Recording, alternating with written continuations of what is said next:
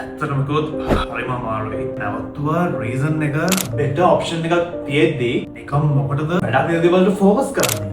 මම හිතුවා ඒක සම්පූර්ණයෙන්ම නවත්තලා දාන්න. අනේ හොරගෙඩිය හිතුවනේ මට කෙලවෙලා කියලා. මම මේ නැවතුවා කියලා කිව්වේ මෙච්චර කාලෙ මම ටැක්සි වලට දුන්න ගාන නවත්තපුව ගැන. මතක ඇතිනේ කාලයකට කලින් මම හීරෝගෙන් බයික් එකක් පර්චේස් කරා. අද මම මේ කියන්නේ මම පර්චේස් කරපු බයික් එක ගැන නෙමෙයි යන්නේ.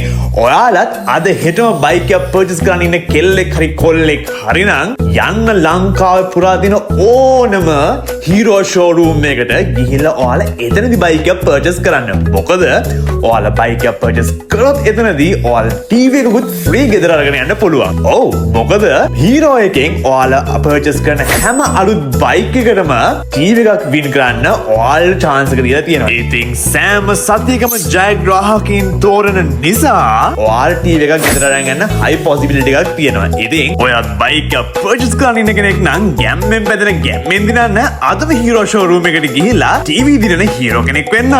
එහෙනම් ටටා බයි see you